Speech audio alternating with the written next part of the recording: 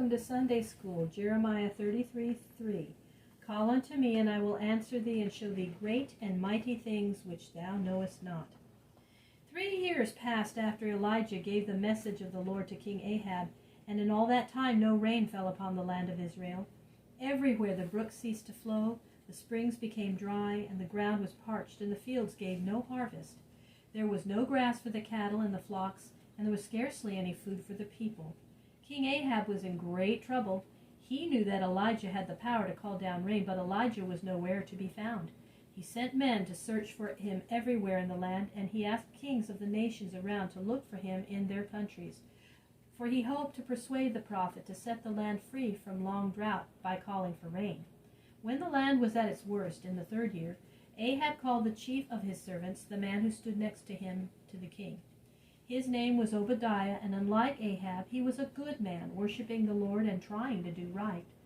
Once, when Queen Jezebel sought to kill all the prophets of the Lord, Obadiah hid 100 of them in 2 caves, 50 in each cave, and gave them food and kept them in safety.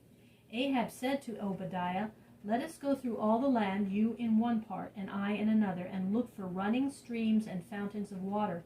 Perhaps we can find some water enough to save a part of the horses and mules, so that we may not lose them at all." And as Obadiah was going through his part of the country, looking for water, suddenly Elijah met him. Obadiah knew Elijah at once. He fell on his face before him and said, "Is this my lord Elijah?" And Elijah answered him, "Yes, it is Elijah. Go and tell your master that Elijah is here." And Obadiah said, "Oh, my lord, what wrong have I done that you would cause King Ahab to kill me? For there is not a land where Ahab has not sent for you.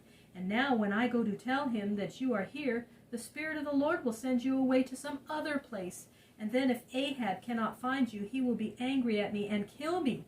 Do you not know that I fear the Lord and serve him?" And Elijah said, "As the Lord God lives, I will surely show myself to King Ahab today." So Obadiah went to meet Ahab and told him of Elijah's coming, and Ahab went to meet Elijah. When Ahab saw Elijah, he said to him, "Are you here, you that have brought all this trouble upon Israel?"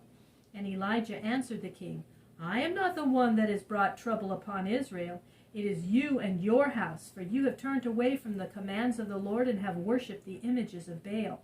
Now send and bring all the people to Mount Carmel, and with them the 400 prophets of Baal and the 400 prophets of Asherah who eat at Jezebel's table."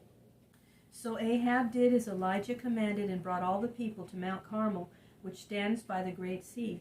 And Elijah stood before all the multitude, and he said to them, "How long will you go halting and limping back and forth between 2 sides, not choosing either?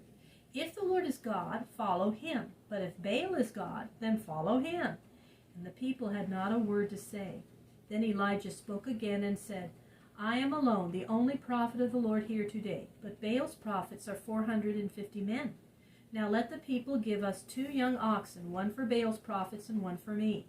Let the prophets of Baal take 1 ox and cut it up and lay it on the altar on the wood, but let no fire be placed under it. And I will do the same. Then you call on your God, and I will call on the Lord. And the God who sends down the fire upon his altar, he shall be the God of Israel." And the people said, "What you have spoken is right. We will do as you say, and we'll see who is the true God." Then the 2 oxen were brought, and one was cut in pieces and laid on the altar of Baal. The prophets of Baal stood around the altar and cried out, "O Baal, hear us!" But there was no answer nor any voice. After a time the worshippers of Baal became furious.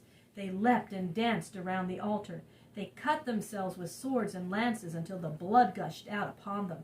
And Elijah laughed at them and mocked them, calling out, "Call out louder, for surely he is a god.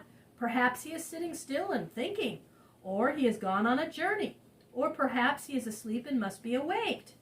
But it was all in vain. The middle of the afternoon came, and there was no answer. The altar stood with its offering, but no fire came upon it. Then Elijah said to all the people, "Come near me." And they came near.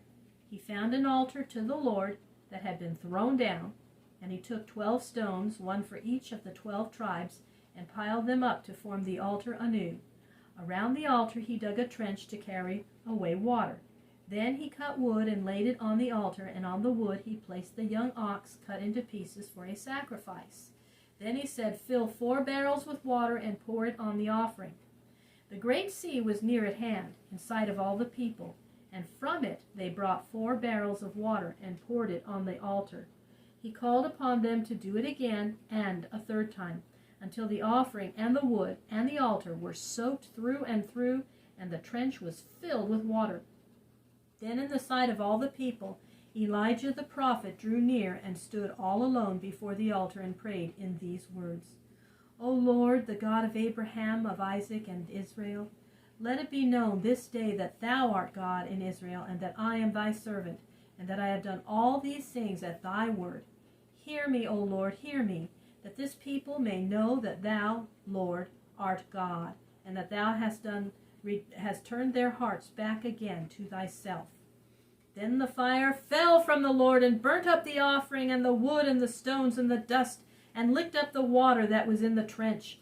And when the people saw it, they fell on their faces, and they cried, "The Lord, he is God! The Lord, he is God!" And Elijah said to the people, "Seize the prophets of Baal, let not one of them escape." They took them all, 450 men, and by Elijah's command they brought them down to the dry bed of the brook Hyson, at the foot of the mountain. And there Elijah had them put to death because they had led Israel into sin. Ahab the king was present upon Mount Carmel and saw all that had been done. Elijah now said to Ahab, "Rise up, eat and drink, for there is a sound of great rain." While Ahab was eating and drinking, Elijah was praying upon Mount Carmel. He bowed down with his face between his knees and prayed to the Lord to send rain.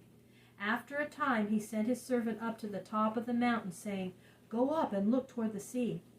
When the servant returned, he said, "I can see nothing."